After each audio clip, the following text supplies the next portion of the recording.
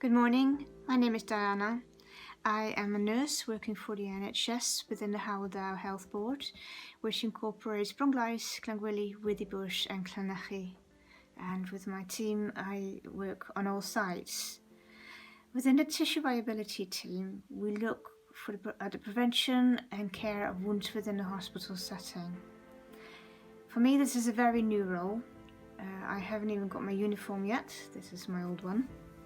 And I have to state that I don't work in the red zones or with COVID patients at the moment.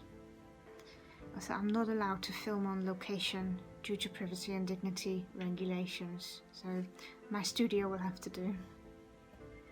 I've been asked to give you a little bit of an update on what is happening within the NHS. I can tell you what my team has been doing, and they've been working incredibly hard together with the teams working on the front line.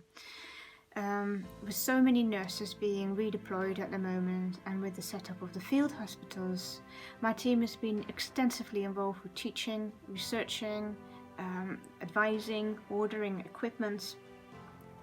COVID patients are nursed very different. They are nursed in the prone position, or most of them, to give relief to the lungs, which is on the belly. So the NHS and my team have been faced with very new challenges, and they are looking also to other sites, for example England or abroad, to see what those teams have been doing. My team has been teaching extensively on how to prevent pressure sores, moisture lesions and other wounds, caused for example by ventilator masks or by other forms of equipment that the patient is wearing, or the masks that the staff are wearing.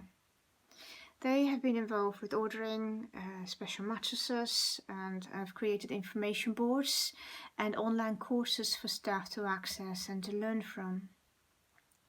They have also been advising staff working on the COVID and in the red zones, but this often only happens through by the medium of photographs or by giving assistance on the telephone on what to do with the wounds.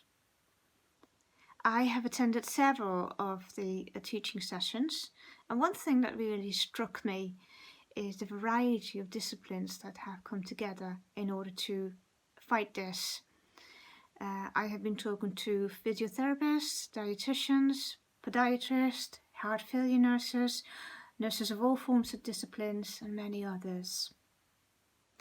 I thought for this it might be an idea to approach a range of staff and hear their stories and ask them what they would like to receive prayer for. One nurse, for example, in Withybush, has not seen her husband now for nearly 9 weeks, if not more by now. As he is shielding, she still had to work and she had to move to a different accommodation. She has no idea when she will be seeing him again. Please pray for their safe reunion. Another nurse in Llangwili has lost 3 members of her family due to COVID. In a period of absence, she's now finding it very hard to work as a nurse again. Please pray for strength and a renewed sense of joy in her work again. Vanitha is an ITU nurse who had to move out into separate accommodation as well, whilst she was looking after a COVID patient. She was separated from her family for 2 weeks, which is quite hard. She's finding the extra burden of masks, however, very unbearable, and she asked me to mention this. All staff on all the wards are now having to wear the masks for the duration of their shift, which for some of them is often about 12 hours. I have one here, and you put it on like this, and this is what you have to wear for 12 hours. All staff are wearing these masks then, and they're very warm and very uncomfortable. Please pray for their work to become bearable again. Hilary is an OT in the hospital, and she works with older mental health team,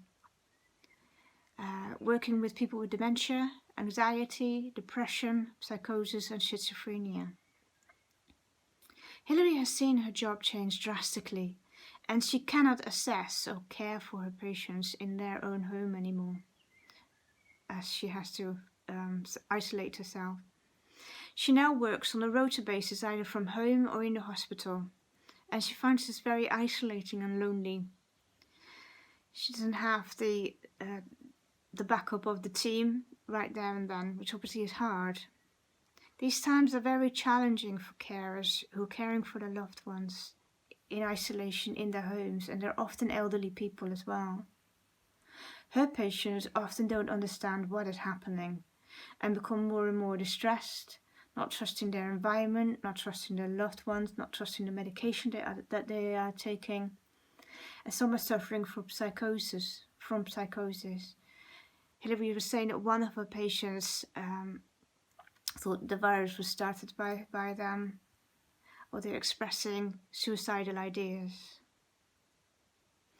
It's very hard to deal with this on the phone, but thankfully rules have changed a little bit and things are slightly looser for carers, so they can take their loved ones out in a car for a little bit more. But it's also hard for staff to care for the patients in case of an emergency.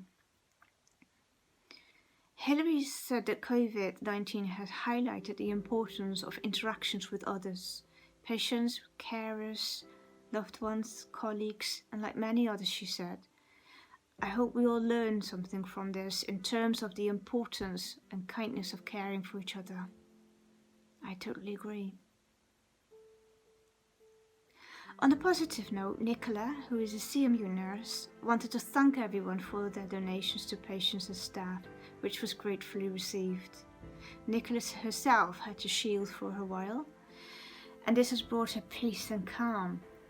She feels that she had been filled by the Holy Spirit. That's amazing. Please pray for the hospitals, for the field hospitals, for patients and for staff of all disciplines, that hospitals will return to some form of normality again, and that the suspected and feared backlog will not materialize. Please also pray that despite the recent events and protests, COVID has not had a chance to re-establish itself, and that it is still indeed in decline. Pray protection for all the people and for yourselves. Thank you.